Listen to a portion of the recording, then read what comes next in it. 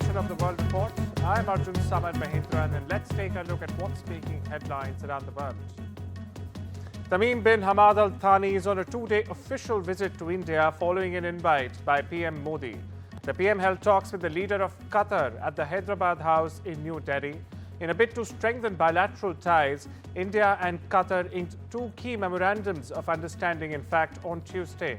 The agreement, signed in the presence of Union Minister of Commerce and Industry Piyush Goyal and the Emir of Qatar, are set to strengthen cooperation between the two nations across various sectors.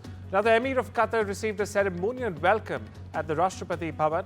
He will be holding talks with PM Modi at the Hyderabad House. He will also be meeting with President Draupadi Murmu in the evening.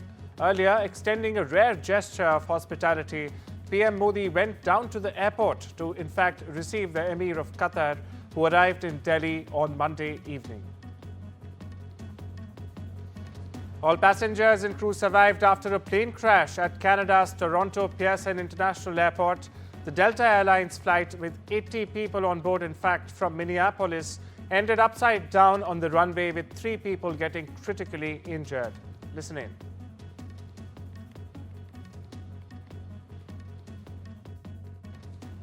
Three of our stations in the airport operating area responded with 8 aircraft fire and rescue apparatus, plus Mississauga Fire and Emergency Services quickly responded with 6 engines, 2 district chiefs, a command vehicle, and a tanker. Peel Regional Paramedic Services responded with 18 paramedic units. Upon arrival, my team conducted fire suppression. Self-evacuation was already taking place. At this time, we believe all our emergency response went as planned. We will, however, be conducting a review. This is an active investigation. It's very early on. It's really important that we do not speculate. The United States and Russia have confirmed that their top delegates will meet in Saudi Arabia on Tuesday to discuss ending the war in Ukraine, in a move that has sparked concern amongst European leaders left out, in fact, of the US-led effort. Senior US and Russian officials will hold talks in Riyadh in an effort to lay the groundwork for peace talks. The confirmation comes just days after US President Donald Trump said he and Putin had, in fact, agreed in a phone call to begin negotiations to end the ongoing war, which will hit the 3-year mark later this month. However, Trump's push for bilateral talks with Moscow has raised alarm bells about what place Ukraine and its European allies would have at the negotiating table. Listen to what Ukraine's president had to say. Що Україна може дати питання, а що Україна може отримати. Тобто це ж дуже важливо для нас. Ми дійсно дуже зацікавлені в тому, щоб підписати угоду зі Сполученими Штатами Америки. І як першою. І я вже це говорив, і говорив від американських партнерів. У нас є пропозиції від Європи, але всі європейці вони знають, що Сполучені Штати найбільший був стратегічний, є стратегічні партнери, тому ми відкриті для цього. І я президенту Трампу говорив, ми хочемо підписати. Meanwhile, Ukraine's UN Deputy Ambassador said Monday, rather, she reaffirmed the country's stance as the momentum grows for potential peace talks ending Russia's war. Speaking at the UN Security Council emergency meeting on Ukraine, in fact, she said, and I quote, Russia needs to hold its end of the bargain when it came to any agreements. Meanwhile, European leaders are insisting their governments must also have a say in the talks between the US and Russia to end the war in Ukraine. Now this, as both Moscow and Washington said, there was no role for Europe in the negotiations that could shape the future of the continent. Listen in. Weak agreements will not bring real peace. They will only lead to the greater war. That is why we are working with our partners to find strong and effective solutions. Peace cannot be bought, especially not at the expense of law and principles, especially principle of territorial integrity and sovereign equality. Peace cannot be replaced with appeasement. History offers many relevant examples. Our task is to avoid repeating past mistakes, as the cost of those mistakes is more blood, suffering, and destruction. European leaders have insisted that their governments must have a say in talks between the US and Russia to end the war in Ukraine. Now, this as both Moscow and Washington said there was no role for Europe in the negotiations that could shape the future of the continent. The leaders of Germany, UK, Italy, Poland, Spain, the Netherlands, Denmark, NATO, and even the European Union held emergency talks in Paris on Europe's security quandary. The French president called the meeting after a US diplomatic blitz on Ukraine threw a once solid alliance into turmoil.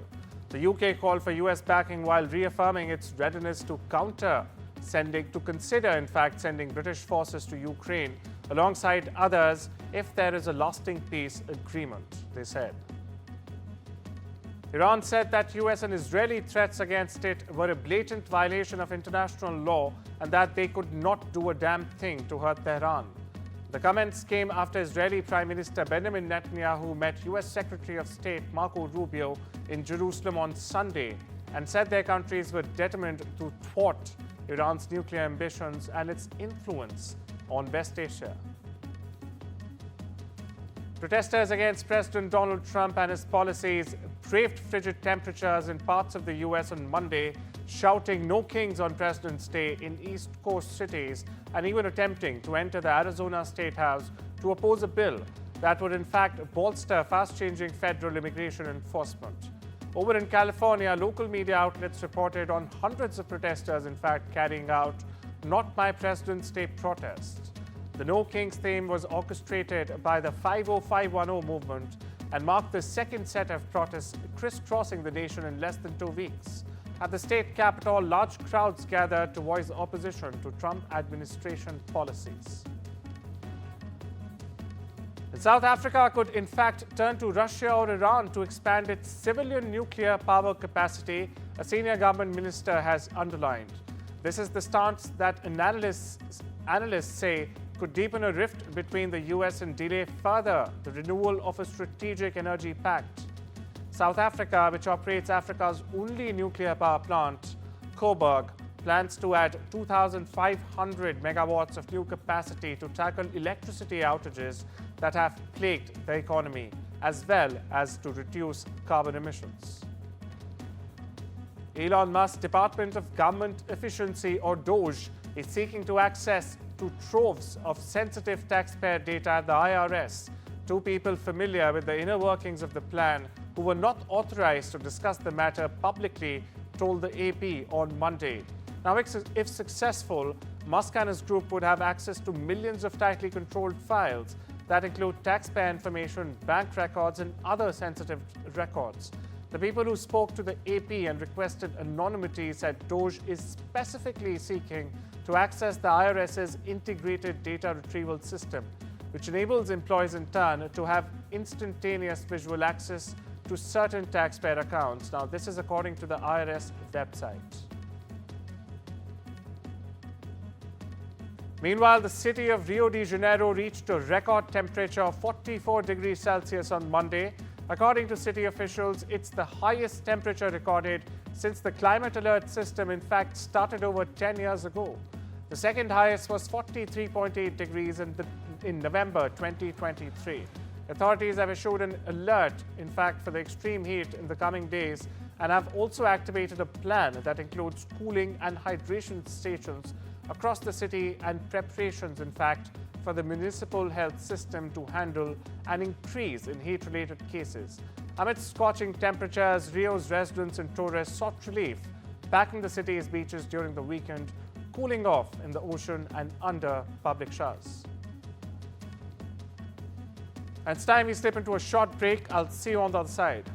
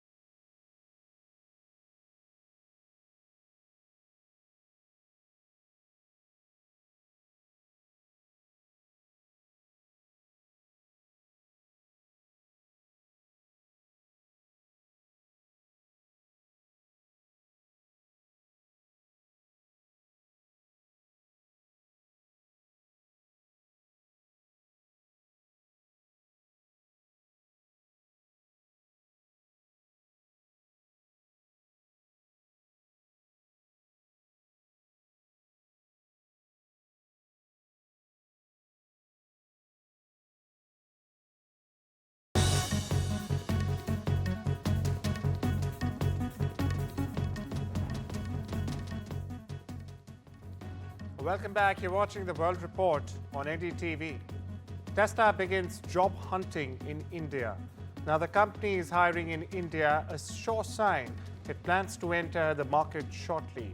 The electric vehicle maker sought candidates for 13 roles, including customer-facing and back-end jobs, according to advertisements on its LinkedIn page. Interestingly, the move comes days after PM Modi met Elon Musk ahead of his meet with US President Donald Trump last week.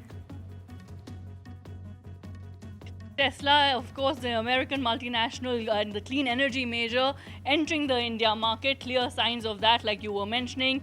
13 job positions across Delhi and Mumbai. Now, what we are learning is that at the moment, the technician roles or the advisory roles are in both Delhi and Mumbai. But if we look at the customer engagement manager role or the business operations specialist role in particular, are sort of being advertised in Mumbai at the moment. That's what we're sort of learning as per their initial advertisement and their careers page at the moment. So those really are the roles on offer, both front-facing, customer-facing, as well as back end. But what does this really bring to the table? Now, like you mentioned, this has of course come after Tesla CEO Elon Musk met Prime Minister Modi in the US. This has also come after, remember, India's reduced its basic customs duty on high-end cars, and that has now been reduced to 70% as opposed to 110%.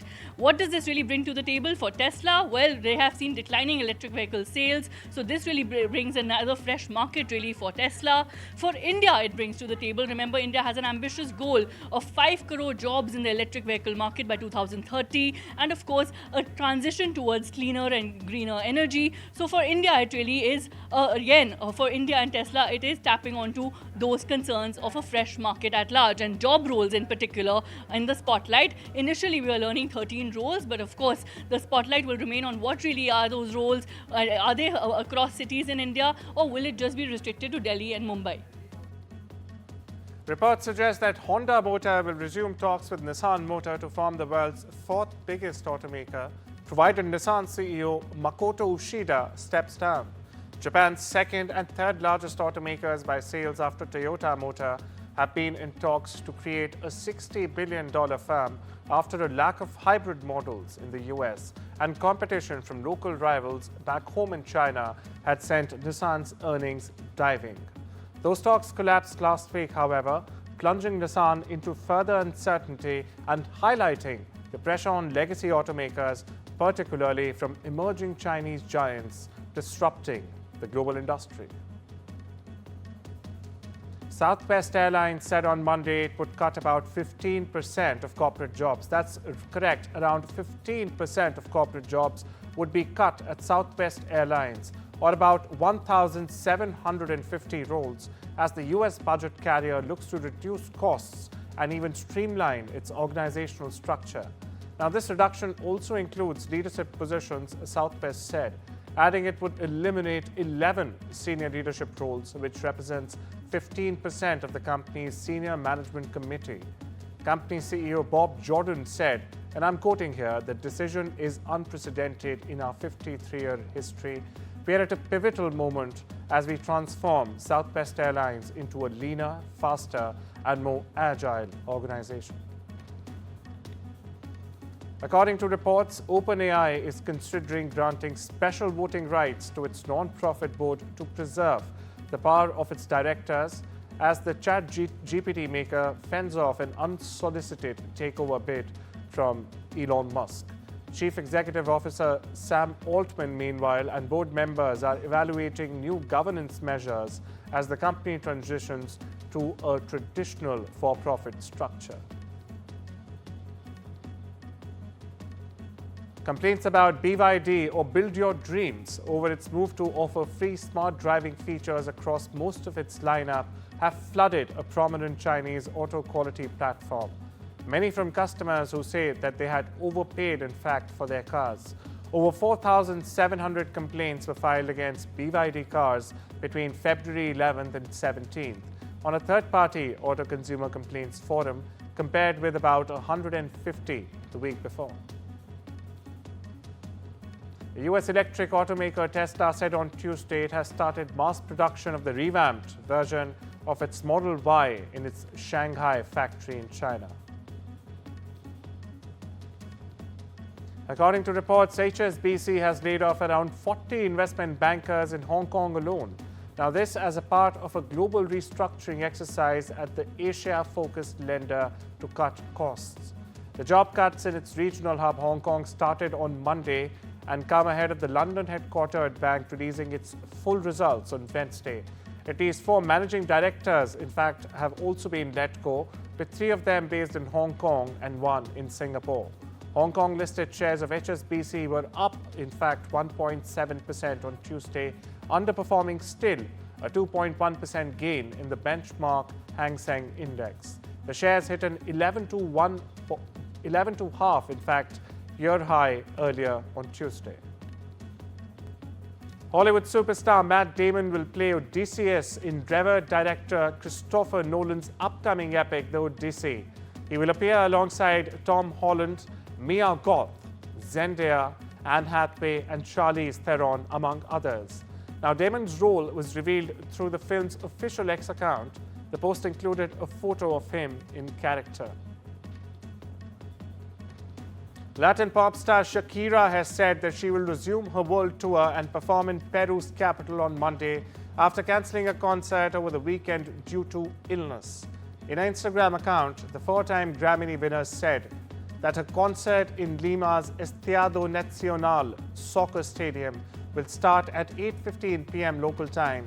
The 48-year-old Shakira arrived in Peru on Friday evening, where she was scheduled to perform on Sunday and Monday. However, she cancelled the first of her 2 shows on Sunday, saying on social media platform X that she had in fact been hospitalized due to abdominal pain. The Colombian superstar kicked off a world tour last week with concerts in Rio de Janeiro and Sao Paulo in Brazil. Rose Byrne has praised her co-star ASAP Rocky at a press conference ahead of the world premiere of new drama If I Had Legs, I'd Kick You at the 75th Berlin International Film Festival. Rapper ASAP Rocky was not at the festival as a court case in Los Angeles continues over the rapper allegedly firing a gun at a former collaborator.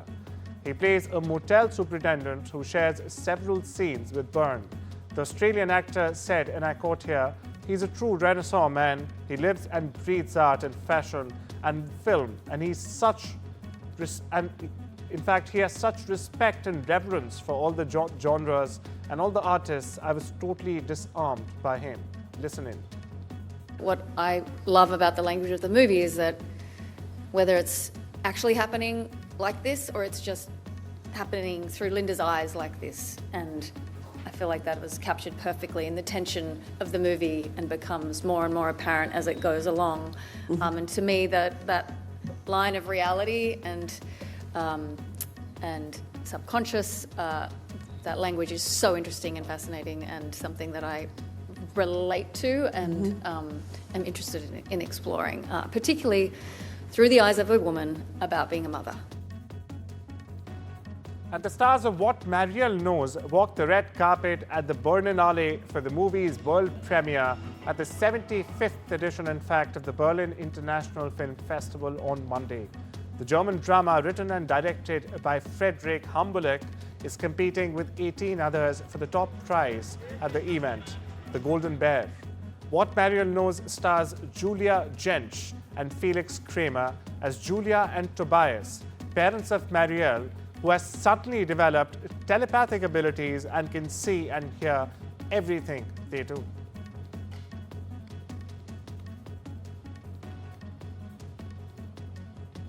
Well, that's all we have for you today. Take care and have a wonderful day.